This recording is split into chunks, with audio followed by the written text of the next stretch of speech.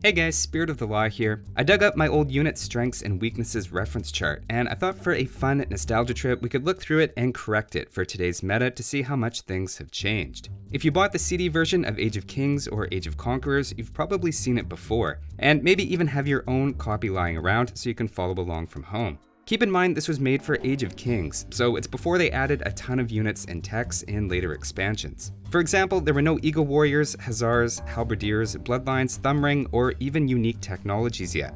There are also only 13 civilizations as opposed to the 35 we have now, so they had space to include the unique units that existed at the time.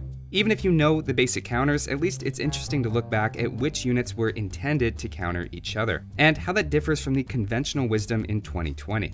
Obviously, with millions of games having been played and 21 years of hindsight, I don't think it's fair to expect it to be 100% accurate for online play. But regardless, let's see how it holds up.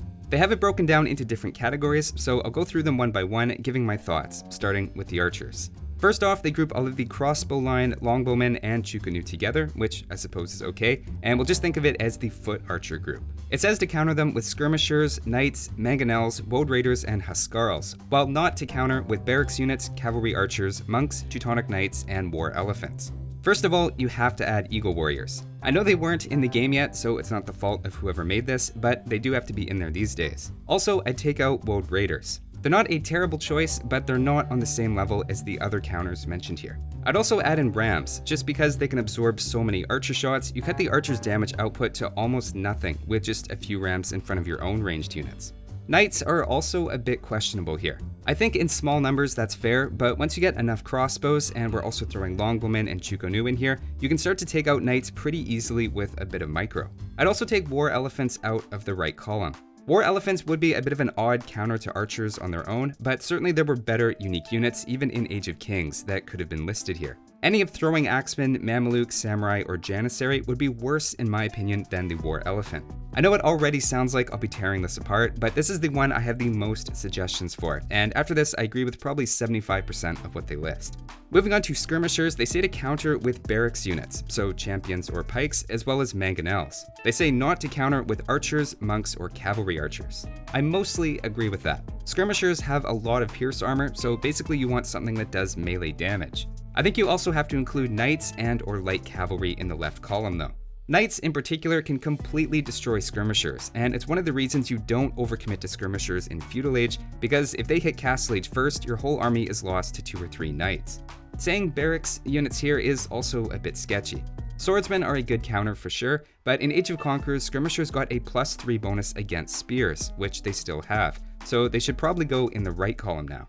That is, that spears and pikes are something you avoid making against skirmishers, not something you should be making a lot of.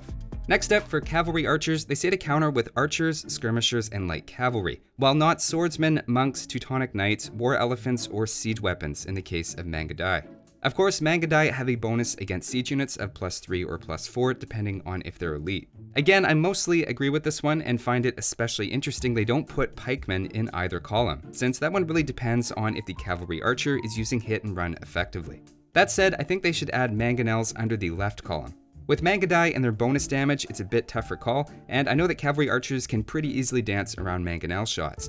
But even just having a few defensive mangonels on the field puts the threat in the other player's mind and forces them to constantly babysit their units. If they look back to their economy for even 5 or 10 seconds, you can take out half their army with a couple of mangonel shots. It's one of those cases where if both players are paying attention, it's not a great counter, but in practice, it can be really effective. The next one is the Mameluke. They recommend using archers, hand cannoneers, janissaries, and pikemen, while avoiding cavalry archers and knights. I'm a little confused by the left column, and I don't know what hand cannoneers or janissaries are doing there. Hand cannoneers in particular are anti-infantry or anti-high pierce armor, neither of which applies to the Mameluke. I think you also have to throw skirmishers into the left column since they do 6 bonus damage against them while costing no gold. I guess you could argue for Janissaries, but even in Age of Kings, Cataphracts would have been the much better choice if you really want to include a unique unit, since they ignore the Mameluke's bonus damage while having the speed to run them down. And finally, finishing up the archer category, we have hand cannoneers and Janissaries. They recommend archers and mangonels while avoiding barracks units, monks, and Teutonic Knights. I agree with the non-counters, though I think you have to throw skirmishers in on the left column because of their anti-archer bonus, high pierce armor, and their much cheaper cost. Cavalry can also be a decent counter depending on the number of gunpowder units, but just like archers, if you get enough of them, then cavalry can have a rough time against them. I think if Age of Kings had Hussar, you might see the light cavalry line recommended here too, but it's hard to say. So that's the archers, and now let's move on and check out the infantry. Opening up with the Swordsman line, Berserks, and Woad Raiders, they're recommending archers, scorpions, cavalry archers, Mangonels, and Cataphracts, while saying to avoid skirmishers, camels, and light cavalry. I think most of that is really good advice. That said, I think it's a bit strange that hand cannoneers aren't mentioned, since this is a big part of what they're for. I'd also take out Mangonels, as while they are decent against large groups of units, there's nothing really special about them against infantry. The rest of it is pretty logical though, and still holds up today.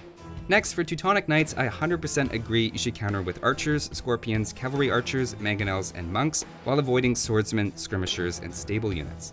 The only thing I might switch is swordsmen with barracks units, since right now it implies pikes would do okay, and also that hand cannoneers could be included in the left column. At the end of the day though, it's sending the right message of using something with pierce damage that isn't the skirmisher. Moving on to the pikemen line, they say to use swordsmen, archers, scorpions, or mangonels, while avoiding skirmishers and stable units.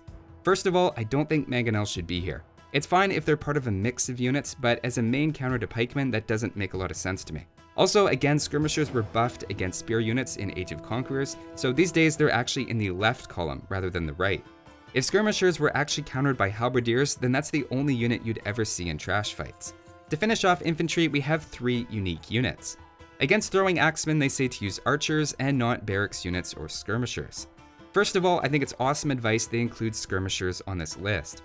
It's really easy for new players to see throwing axemen as a type of archer, but they don't take anti-archer bonus damage and also deal their own melee damage, so the skirmisher's pierce armor is completely useless. It's a big thumbs up for me for including skirmishers here as a unit to avoid. The only thing I'd possibly change is to throw hand cannons in the left column, since they deal 10 extra bonus damage against throwing axemen and have greater range. Next, for Huskarls, they say to counter with swordsmen and not archers. I totally agree with that, and to keep it simple, I think that's a great rule to follow.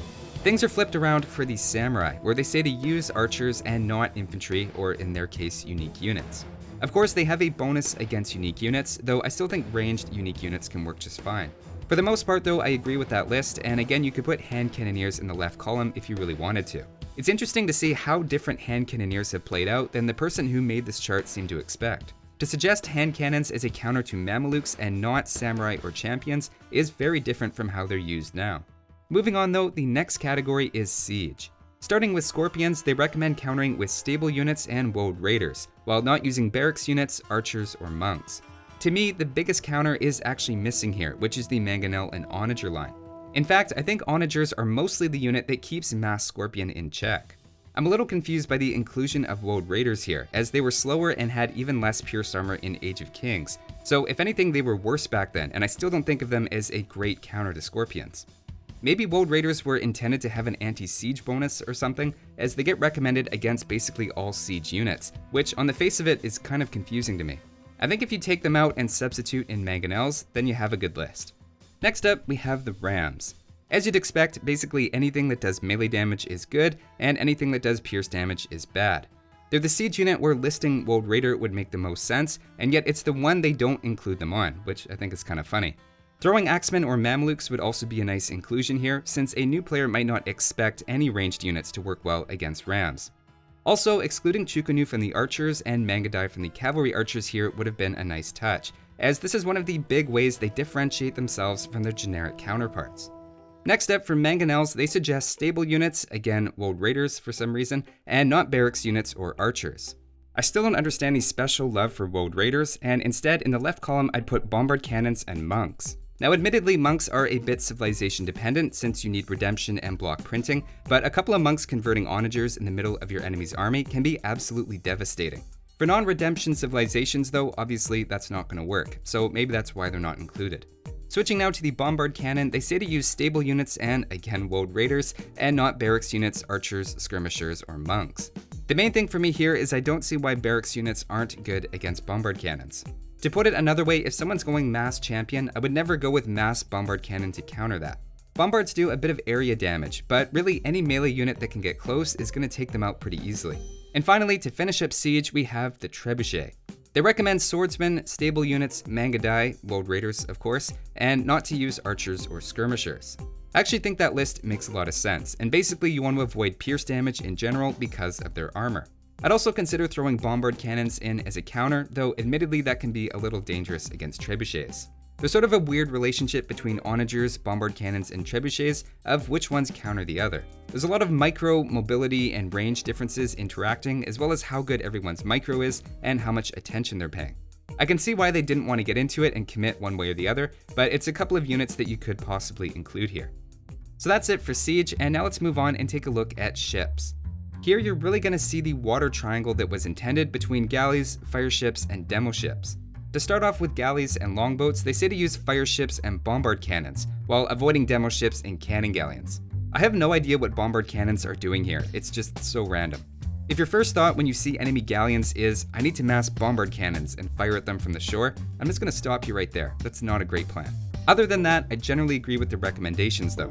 I'm not sure I'd group galleons and longboats together like this, but if we take them out, then I agree that fireships are a good counter against at least a small to medium number of galleons. Looking now at demo ships, again, why bombard cannons are listed here is really confusing. Galleys and longboats do have the range to destroy demos before they can reach them, whereas fireships don't, so they're not a great counter. They finish the triad with fireships being countered by demos and not by galleys or longboats. You can really see the intended water triangle here, though Forgotten Empire Studios have gone in a slightly different direction. Cision has said he doesn't see it as a strict rock, paper, scissors, while I would say whoever wrote this very clearly thinks that it is. Either way, I do have a bit of an issue with how they categorize the relationship between longboats and fireships. Personally, I think longboats should be in the left column, since their large number of arrows makes them much better against fireships than galleys. And unlike demo ships, you can build your numbers and win with water domination, rather than just cancelling out each other's armies. And finally, the poor cannon galleon can be countered by everything. That said, it kind of makes sense for cannon galleons to be a bit more about bombarding the shoreline than winning water, though I'd take out demo ship as a counter. Blowing up your own units to take out theirs feels more like a stalling tactic to me, and about not losing rather than winning. Considering the cannon galleon's minimum range and slow shots, I think fireships are the best counter, and galleys would be secondary to that. Figuring out balance on water though is always a bit messy, and I think there were a few good suggestions in there along with some odd choices. Next up is cavalry. Starting with the light cavalry, they suggest pikemen, knights, and camels, but not archers, mangonels, cavalry archers, bombard cannons, and monks. I think that's a perfect list. Pikes and camels have bonus damage, knights outclass them in stats, whereas the units on the right are all weak to fast melee units. Monks are a really important one to know since the light cavalry line has both an attack bonus against them and resist conversion. Moving on to the knight line, it's a similar recommendation of using pikemen and camels against them, this time adding in Mamelukes. All three have bonus damage against knights and should give good value. The only recommendation of what not to use is archers. Personally though, I think there should be an asterisk on those, since if you have a critical mass of crossbows where you can take out knights in 1 or 2 volleys, they can actually be a good counter. Another change is I'd throw monks into the left column, as they're a great counter to knights in small numbers. Next up, against camels, they suggest infantry or archers of any kind, while not knights or cataphracts. Now this is a big misconception.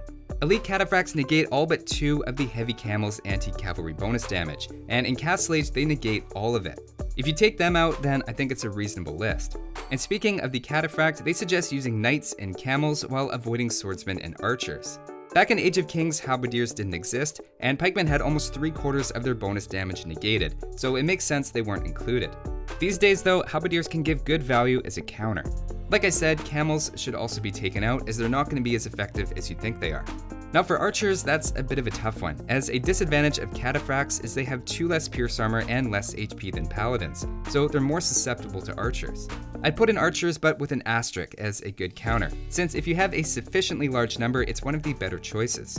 Basically, you have to beat them with raw power in the form of a paladin or with massed up ranged units, but never infantry, except halberdiers, kind of. They're sort of a tough unit to counter. And finally, the last cavalry included here is the Persian war elephant. They recommend pikemen, camels, monks, and Mamelukes while avoiding swordsmen and archers. I think that's a great list, though it's interesting they said not to use war elephants against archers, and also not to use archers against war elephants. Like I said at the start, I think the tankiness of the war elephant gives archers a rough time. Elephants also deal damage to any units immediately beside them, so melee units without a lot of bonus damage get flattened pretty quickly. And now for the final unit, we have the monk. They suggest archers, knights, light cavalry, and Woad raiders, while avoiding Teutonic Knights and war elephants. 80% of that list is great, but knights are in the wrong column. Like I said before, monks are a great counter to knights, and in fact, one of the worst things you can make against monks is knights.